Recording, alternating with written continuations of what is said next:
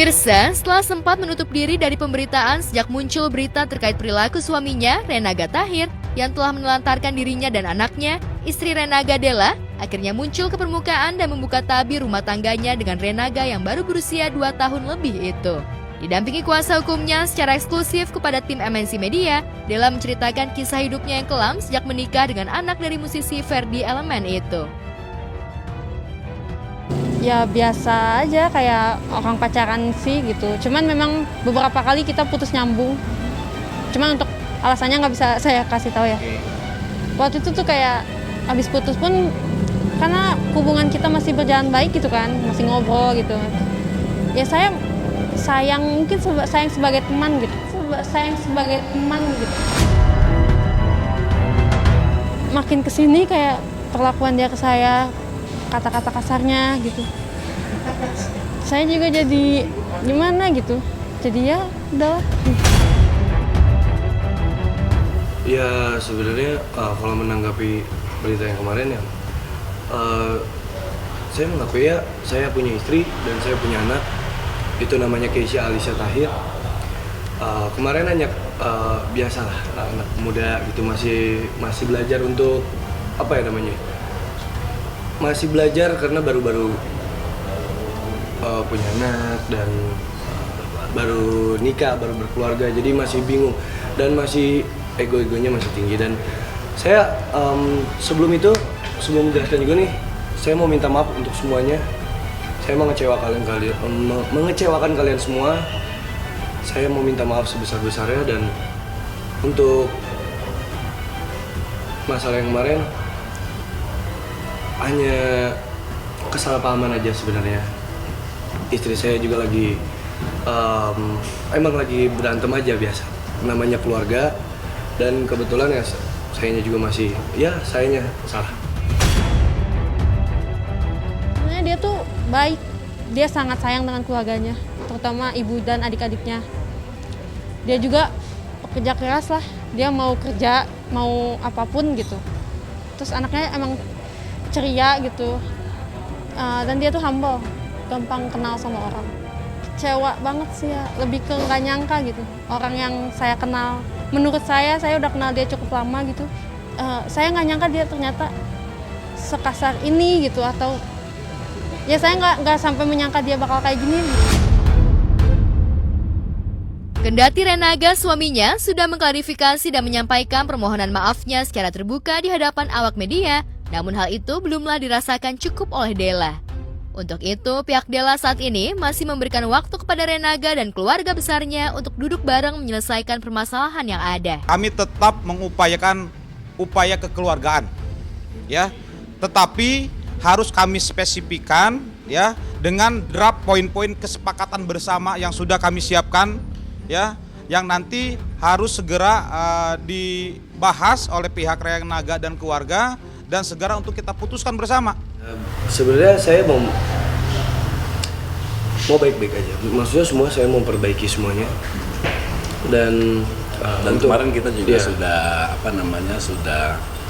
menjalin hubungan komunikasi dengan pihak keluarga. Juga ada kebetulan dari pihak istri Renaga kan mencoba untuk memakai lawyer juga, dan kita sudah bertemu juga untuk ngobrol-ngobrol, dan semua problem yang hari ini terjadi itu kita sudah bicarakan secara keluargaan. Mudah-mudahan kedepannya akan lebih bagus gitu kan. Di dalam ini sudah jelas semua proses ataupun semua poin-poin yang menjadi pertanggungjawaban, ya, Renaga terhadap klien kami dan keluarga, terutama klien kami Della dan juga anak, ya. Jadi bila mana poin-poin kesepakatan ini, ya, andaikan tidak dapat disepakati, ya, tidak terjadi kesepakatan, tentunya kami sudah membahas dengan pihak klien, ya, dan juga keluarga besarnya untuk lakukan upaya hukum. Apakah upaya hukum pidana, ya, yang kami siapkan, karena kami juga sudah berkoordinasi, kami juga sudah menyiapkan itu semua, ya, di mana tim kami juga sudah menyiapkan untuk membuka laporan, ya, pidana di Polresta Kota Bogor. Kemudian selain upaya pidana mengenai hak-hak hukum dari klien kami Della dan juga anaknya, ya, tentu kan ada mekanisme hukum. ya kita meminta kerugian ya material ataupun imaterial dari apa yang sudah pernah selama ini diterima oleh Della dan anaknya dan juga keluarga gitu loh. Apakah nanti kita lakukan gugatan perdata kepada Renaga dan sebagainya, itu sudah pasti kami pastikan itu akan kami lakukan segera. Ya, salah satunya adalah rincian kami yang tadi disampaikan oleh klien kami adalah mengenai data diri. Bayangkan oleh kita semua adalah kita juga adalah orang tua dari anak-anak kita, ya. Ketika terjadi hubungan perkawinan, ini kan bicara keluarga besar, keluarga perempuan dan keluarga laki-laki, dan itu kan data dirinya ada. Kami ini nggak habis pikir gitu loh, ya, dengan alasan yang begitu mudah disampaikan, tetapi senyatanya dampak hukumnya itu kepada anak klien kami. Ini kan presiden nggak baik gitu loh untuk masyarakat kita, terutama yang terjadi di Kota Bogor. Ternyata ada loh di warga Kota Bogor gitu kan yang tidak memiliki akte kelahiran, Mas, tetapi punya buku kawin resmi menikah negara gitu loh. Oh, ternyata apa? Syaratnya ini tidak dipenuhi. Salah satunya apa? Data diri seorang ayah. Ini di poin kami sampaikan, ya. Dan ini kan anaknya perempuan. Sampai di usia yang cakap, 21 tahun ke atas dan atau sudah menikah, itu kan berdasarkan undang-undang tanggung jawab seorang bapak. Siapa bapaknya? Adalah Renaga. Gitu loh. Ini harus kita pikirkan bersama. Poin-poin kesepakatan ini jelas memenuhi gitu loh, ya, untuk agar Renaga bertanggung jawab baik materi, imaterinya.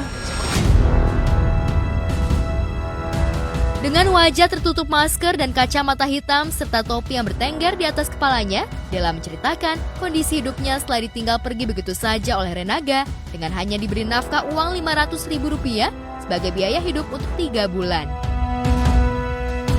Dari awal lahiran per minggu dikasih, karena memang dia udah bilang juga, saya per minggu sanggupnya ngasih segini. Ya udah nggak apa-apa kan. Cuman kadang saya minta untuk biaya yang lain-lain kayak imunisasi, itu saya nggak menghilangkan, dia tetap ngasih. Setelah tahun lalu yang berantem hebat itu, dari situ dia awal mula nggak ngasih nafkah lagi. Nggak. Jadi dia tiba-tiba ngasih 500.000, selang 3 bulan kemudian baru ngasih lagi 1 juta gitu. Dan itu juga udah nggak chatan sama saya. Lewat adik saya. Kondisi Keisha baru sembuh dari sakit beberapa hari kemarin, memang badannya lagi kurang enak badan gitu. Iya, dari semenjak saya up kasusnya, itu menurut saya ya, rewelnya tuh beda gitu. Rewel yang gak ada apa yang dia mau, saya gak ngerti gitu. Terus dia juga kadang sering tiba-tiba bilang, "Mama jangan berantem," bahasa dia tuh "Mama no atem gitu. Iya, tapi saya nggak ngerti, maksudnya menurut saya mungkin ngelihat saya ngobrol sama adik saya atau gimana, mungkin berantem gimana, tapi kadang kita nggak lagi ngobrol apa-apa, dia tiba-tiba ngomong, "Mama no atem." Ya sedih, sakit hati gitu. Maksudnya kalau memang dia bermasalahnya sama saya gitu, dia udah nggak sayang atau nggak cinta sama saya, ya saya terima nggak apa-apa. Tapi kan ini anaknya gitu, anaknya juga kan selain butuh materi, butuh kasih sayang lah gitu,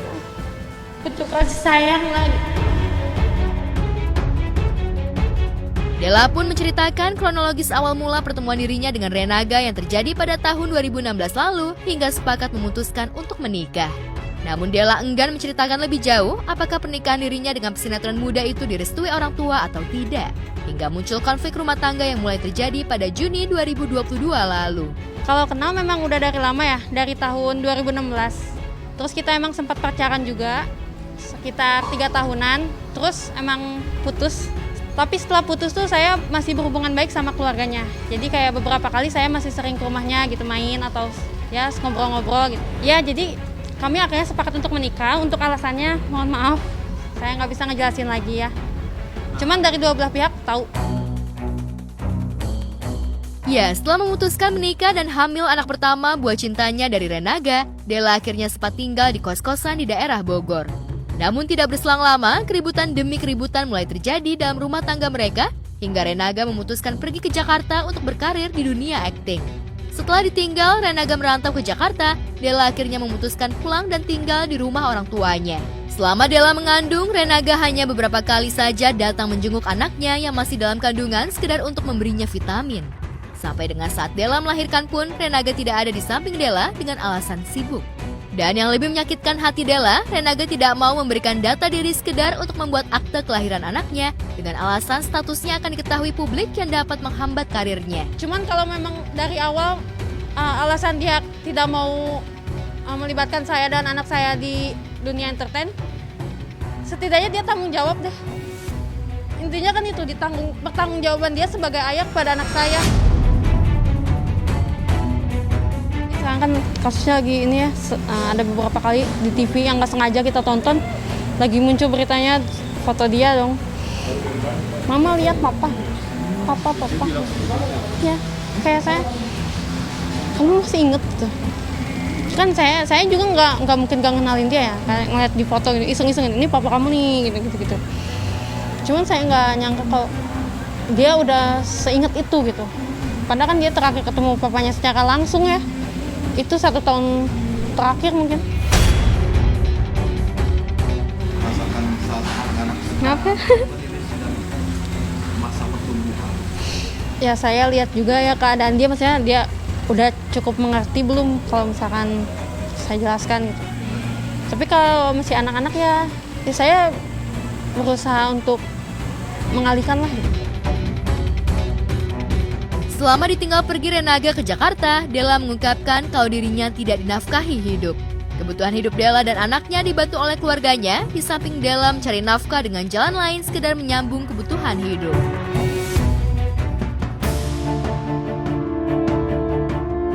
Sementara itu, adik kandung Della, Tisha, yang merupakan orang yang pertama kali mengungkap nasib buruk yang dialami kakaknya itu, mengungkapkan alasannya membuka aib keluarga kakaknya tersebut.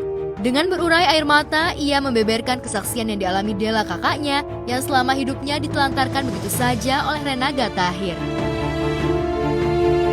Udah nggak bisa nahan, maksudnya kemana aja sebelum kasus ini naik. Tisha cuma nunggu itu aja. Tisha pun udah bilang baik-baik. Cuman tolong inget anak, tanggung jawab aja. Tisha nggak akan kayak gini. Sedangkan maaf ya, untuk dilihat dengan dia lagi naik daun gitu katanya kan, apa cukup gitu biaya yang dia kasih ke ponakan Tisha dengan nominal segitu, bisa gak untuk ngidupin anaknya yang saat ini masih banyak banget kebutuhan, keperluan lain-lainnya, biaya rumah sakit misal kalau anaknya sakit, itu kan gak dikit ya nominalnya. Tak hanya sampai di situ, Tisha sebagai saksi juga melihat bagaimana perjuangan Della dalam membesarkan anaknya seorang diri tanpa suami di sampingnya. Itu sih Tisha cuma ngeliat di kakak Tisha yang nyari tambahan uang, biaya untuk ngehidupin anaknya. Tisha saksi banget, kayak Tisha kadang nemenin kakak Tisha usaha apapun itu, Tisha bantu. Sedih ya di situ. Tapi Tisha masih nahan. Itu udah lama banget kan, kayak kakak Tisha usaha apapun lah itu. Sedangkan yang Tisha lihat, suami kakak Tisha ini malah enak gitu hidupnya, malah asik gitu di media sosial, masih happy gitu. Kayak Tisha cuma butuh keadilan untuk ponakan dan kakak Tisha. Sementara itu, sinetron yang pernah menjadi lawan main Renaga Tahir dalam satu sinetron itu mengaku terkejut ketika keluarga istri Renaga menuding kalau dirinya adalah menjadi salah satu sumber keretakan rumah tangga Renaga dengan istrinya. Kabarnya tak hanya dituduh sebagai perebut laki orang, Acha juga mendapat teror yang diduga dibuat oleh keluarga istri Renaga. Acha juga mau bilang bukannya mau, maksudnya karena masalah ini Acha mau promosiin diri sendiri, enggak. Di sini Acha juga sebagai penyanyi, tapi Acha nggak mau diiringi opini bahwasannya mungkin Acha dibilang sebagai pelakor atau dibilang sebagai perebut laki orang dan sebagainya, karena Renaga sendiri juga sekarang beritanya lagi sedang udah punya istri atau anak. Karena sebenarnya Acha belum tahu masalah itu dan baru tahu baru-baru ini kalau ini ada anak gitu. Di sini saya harus luruskan ya. Dari awal kasus ini naik, dia yang menghubungi adik saya. Dia menghubungi adik saya, bukti DM-nya masih ada. Dijelaskan pula sama adik Della kalau misalkan kita tahu kamu bukan pelakor. Ya, terus bahkan adik Della sudah sempat komen di salah satu foto Instagramnya menjelaskan kalau dia bukan pelakor, biar tidak diserang netizen lah ibaratnya. Cuman nggak tahu kenapa itu komenan adik Tisha itu menghilang. Saya nggak tahu ya dihapus atau tidak. Yang jelas menghilang. Saya tidak mengenal dan saya perjelas lagi ya, tidak ada satupun dari pihak kami yang menteror dia. Lantas akankah Della sudah siap untuk bercerai dari Renaga? Atau justru siap membuka pintu damai demi melanjutkan bahtera rumah tangganya dengan Renaga yang baru berusia seumur jagung itu? Mau nggak mau kan saya harus siap ya. Sebelum untuk dilanjutkan misalkan ya ini pilihan untuk dilanjutkan ke proses pidana itu kan udah benar-benar pilihan terakhir. Saya udah mencoba baik-baik. Saya juga udah sama tim kuasa hukum sudah ya sebisa mungkin untuk diselesaikan secara kekeluargaan. Pihak dia pun emang pengen secara kekeluargaan. Jadi kalau misalkan kekeluargaannya nggak berhasil gitu, itu benar-benar pilihan terakhir untuk melanjutkan ke pidana. Karena saya pun sebenarnya ya nggak mau juga kan, itu tuh benar-benar ya. Saya juga nggak mau dong anak saya punya papa misalkan bermasalah dengan hukum gitu. Ya kalau bisa itu nggak terjadi lah. Ya kalau bisa ya cepat selesai lah masalah ini gitu. Saya juga capek gitu kan. Saya jadi fokusnya sekarang tuh kebagi-bagi gitu, nggak bisa fokus ke anak saya aja kan. Ya kalau bisa saya cuma minta Renaga untuk bertanggung jawab aja sama anaknya deh, anaknya aja sama anaknya gitu, bertanggung jawab, selesaikan apa yang udah kita mulai gitu, selesaikan apa yang udah kita mulai gitu.